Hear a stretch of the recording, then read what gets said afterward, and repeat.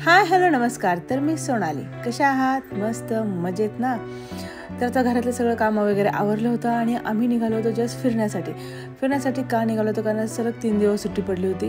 म्हणून म्हटलं चला मुलांनाही थोडंसं बोर होत होतं घरामध्ये, म्हणून म्हटलं जरा थोडंसं बाहेर फिरणं. कारण जस्ट एक्झाम वगैरे आता संपली होती, थोडासा वेळ होता, यांनाही सुट्टी होती आणि मुलांनाही सुट्टी होती, म्हणून म्हटलं चला थोडंसं फिरून यावं. तर आता आम्ही कुठे चाललेलो आहे फिरण्यासाठी ते तुम्हाला पुढे समजेलच. पण सध्या पावसाचे दिवस आहेत. पावसाचे दिवस म्हटले की बाहेर फिरायला पाहिजेलच. भटकंती थोडी तरी केली पाहिजे ना. डोंगर दऱ्यामध्ये धबधबे, वॉटरफॉल वगैरे सगळ्या ठिकाणी जाणं हे खरंच खूप भारी एक्सपिरियन्स येतो. तुम्ही आता पाहू शकता जसं आपण पुण्याच्या बाहेर येतोय, थोडंसं पुण्याच्या आउटसाईडला येतोय, तसं पूर्ण वातावरणात चेंज झालेलं आहे. सगळीकडे हिरवेगार गर्द झाडे आहे, डोंगर दऱ्या आहेत. आता इथून पुढे गेल्यानंतर तुम्हाला अजूनही छान असे तुम्ही पाहू शकता किती सुंदर वातावरण झालेलं आहे. अगदी धुकं पडल्यासारखं वातावरण झालेलं आहे. पाऊस हा रिमझिम पाऊस पडत आहे आणि खरंच खूप छान असं मस्त असं फील येतोय, वातावरण होतंय. सगळे लोक असे हे विकेंड असल्यामुळे फिरायला जाता येते. टू व्हीलर खरंच फिरणं म्हणजे टू व्हीलर फिरायला खरंच खूप भारी असतं. पण आमची लहान मुलं असल्यामुळे आम्ही 4 व्हीलरमध्ये फिरत होतो. पण हे बघा इथं आता आम्हाला गणपती बाप्पाचं दर्शन झालेलं आहे. गणपती बाप्पा मोरया. गणपती बाप्पा दर्शन झाल्यानंतर आम्ही निघालो पुढच्या प्रवासाला. तर जसं आम्ही पुढच्या प्रवासाला जात होतो तसं वातावरणात चेंज होत होता, गारवा वाढत होता आणि रिमझिम पाऊसही वाढत होता.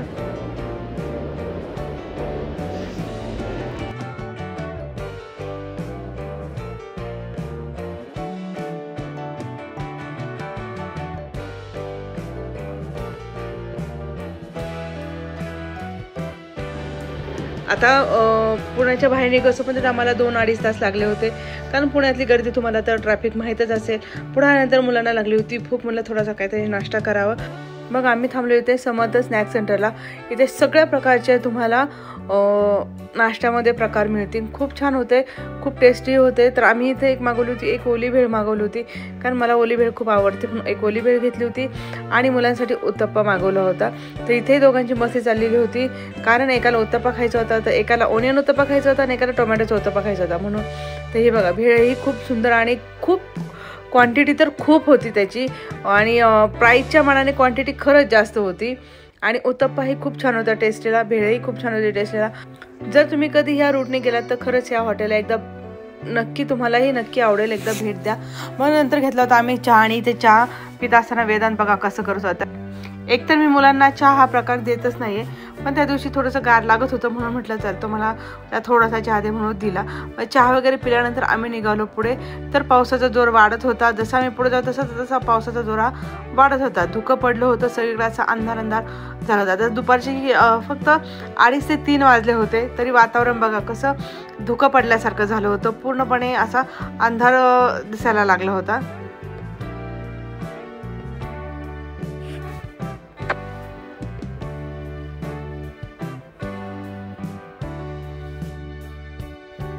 आता इथे पुढे गेल्यानंतर छोटासा असा टनल लागला. तर आम्हाला वाटलं खूप मोठा असेल, कारण फर्स्ट टाइम आम्ही ह्या रस्त्याने चाललो होतो. आम्हालाही काही माहीत नव्हतं इकडचं, म्हणून आम्हीही जपूनच चाललो होतो. कारण पावसाचे दिवस होते, भीतीही वाटत होती. पण कधीतरी असं आठवड्यातून विकेंडतून किंवा मंथ एंडला किंवा विकेंडला असं बाहेर हे फॅमिलीबरोबर जाणं खरेच गरजेचं आहे. कारण सांगते आपल्या फॅमिलीला आपण वेळ देणं हे खरंच गरजेचं असतं. कारण वेळ ही पुन्हा येत नाही, त्याच्यामुळे वेळेला महत्त्व द्यायला शिका. आता इथे बघा जसं पुढे जात होतं तसं धुकं वाढत होतं, पण रस्ता थोडासा खराब होत होता. हे सगळे रायडर लोक होते, पुढे रस्त्याचं कामही चालू होतं. आणि आता इथे पुढे जे धबधबे लागतील, इतके छान धबधबे आहेत, खूप भारी धबधबे आहेत आणि खूप मस्त आहे.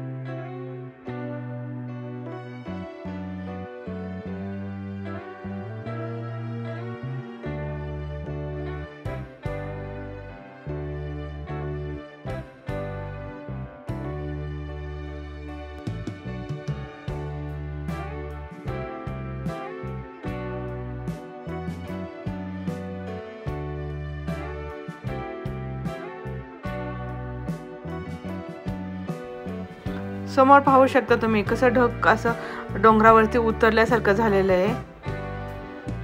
पूर्ण गर्द हिरवीगार झाडी आणि त्यामध्ये धुकं असं पसरलेलं आहे. आणि असे हे खरंच खूप छान एक्सपिरियन्स होता. रस्त्याने सगळी लोकच लोक होते. आणि हा आहे बॅक वॉटर आहे. हे जे पुढे गेल्यानंतर जे धरण लागणार त्याचं बॅक वॉटर आहे. जसे जसे पुढे जाल ना तसे तसे हे बॅक वॉटर पण खूप मोठं आहे. आणि एका बाजूला जे वॉटरफॉल धबधबे आहेत ना तेही खूप सुंदर आहेत आणि असंख्य आहेत. खूप सारे असे वॉटरफॉल आहेत या रस्त्याने, वेगवेगळे आहेत. सर्वात प्रथम लागतो तो माऊचा धबधबा लागतो. त्याच्यानंतर आहे तो जगताप धबधबा. जगताप धबधबा हा प्रायव्हेटमध्ये आहे, त्यांचाही धबधबा आहे तिथे. अलीकडंच ठोकरवाडी म्हणून आहे, तिथे पण धबधबे आहेत. खूप सारे धबधबे आहेत. भाताची शेती आहे. खूप सुंदर असं वातावरण होतं इथले, पाहू शकतात. आता हे जे आहे हे पूर्ण बॅकवॉटर आहे. तर आता मी जे गाडी थांबवली होती आणि थोडंसं पाहत होतो की भाताची शेती वगैरे, कारण आपल्याकडं कसं भाता शक्यतो लावला जात नाहीच म्हणायला, पण इकडे ही भाताची शेती खूप पूर्णपणे पाण्यातच होती. ही भाताची शेती वगैरे पाहिली. इथे धबधबे खूप सुंदर होते. थोडेसे फोटो वगैरे काढले आणि निघालो होतो आम्ही पुढच्या प्रवासाला.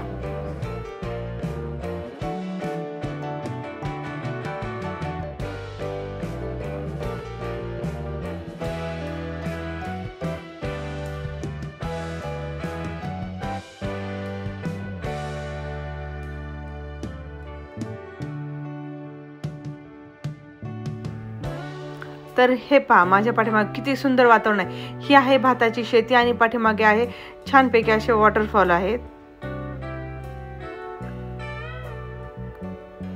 आणि असेच रस्त्याने बरेचसे लोक थांबून हे धबधबे पाहत होते, फोटो काढत होते, शूट करत होते.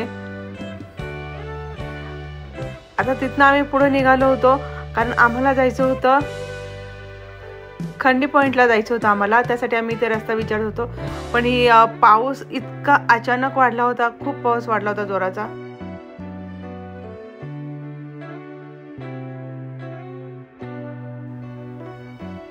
हे बघा, हे लोक जे या पावसामध्येच शेतीची लागवड करत होते, भात लागवड चाललं होतं. जनावरांना घेऊनही ते फिरत होते. खूप सुंदर वातावरण होतं. जर तुम्हालाही अशा ठिकाणी जर फिरायला जायचं असेल, वीकेंड काढून तुम्ही वेळात वेळ काढून नक्की अशा ठिकाणी या. खरंच तुम्हालाही खूप भारी वाटेल. मस्त वातावरण आहे. आणि वन डे ट्रिप जर करायची असेल तर तुम्ही अशा ठिकाणी अशा पॉईंटला येऊन तुम्ही छानपैकी असं एन्जॉय करू शकता. तर इथे थांबल्यानंतर आम्ही इथं थोडंसं फोटोशूट केलं. मुलांनी मस्ती केली. पाऊस येत होता तरीही मस्ती करत होते, दोघंही मस्ती करत होते. आणि माझी पण इथं छत्री घेऊन थोडंसं मस्ती चालली होती. हे पाठीमागे दिसे. आणि हा जोपर्यंत जसं पुढे जात तसं बॅकवॉटर हे आपल्याला ते बॅकवॉटर दिसतच होतं. खूप मोठं होतं बॅकवॉटर हे पाठीमागचं, पाहू शकतात.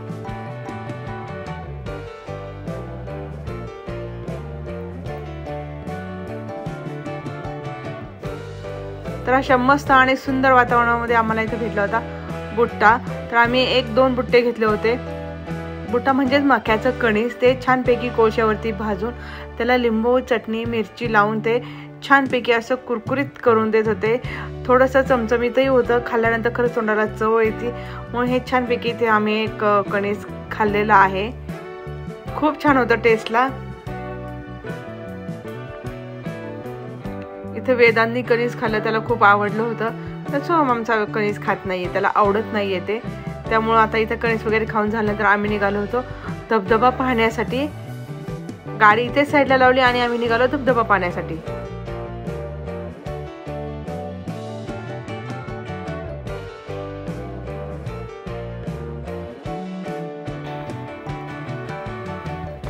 जसं जसं पुढे जात होतं तसं तसं पाऊसही वाढला होता आणि धुक्याचं प्रमाणही वाढलं होतं. त्यामुळं मग म्हटलं चला आता, कारण संध्याकाळचे 6 वाजले होते, म्हणून आम्ही इथनंच पाठीमागं फिरलो. तर हे बघा, पुढे जाऊन अंधार पडायला लागला होता. अशा ठिकाणी जाणं म्हटलं ना थोडंसं काळजीपूर्वकही जावं लागतं. पुढे आल्यानंतर आम्हाला दिसली होती राईस मिल, इंद्रायणी तांदळाची जी राईस मिल होती. तिथनं मग मी तांदूळ घेतला. ओरिजिनल तांदूळ होता, छान होता तांदूळ. मस्त हातात घेतला तरी त्याचा असा छानपैकी इंद्रायणी तांदळाचा वास येत होता. कारण आम्ही एनी टाईम कधीही इंद्रायणी तांदूळ खातो, दुसरा तांदूळ आम्ही खात नाही. म्हणून आम्ही नेहमी असं कोकणात वगैरे गेलो ना, मावळात गेलो ना, जिथे तांदूळ पिकतो त्या ठिकाणाहून तांदूळ हा नेहमी घेऊन येत असतो. तर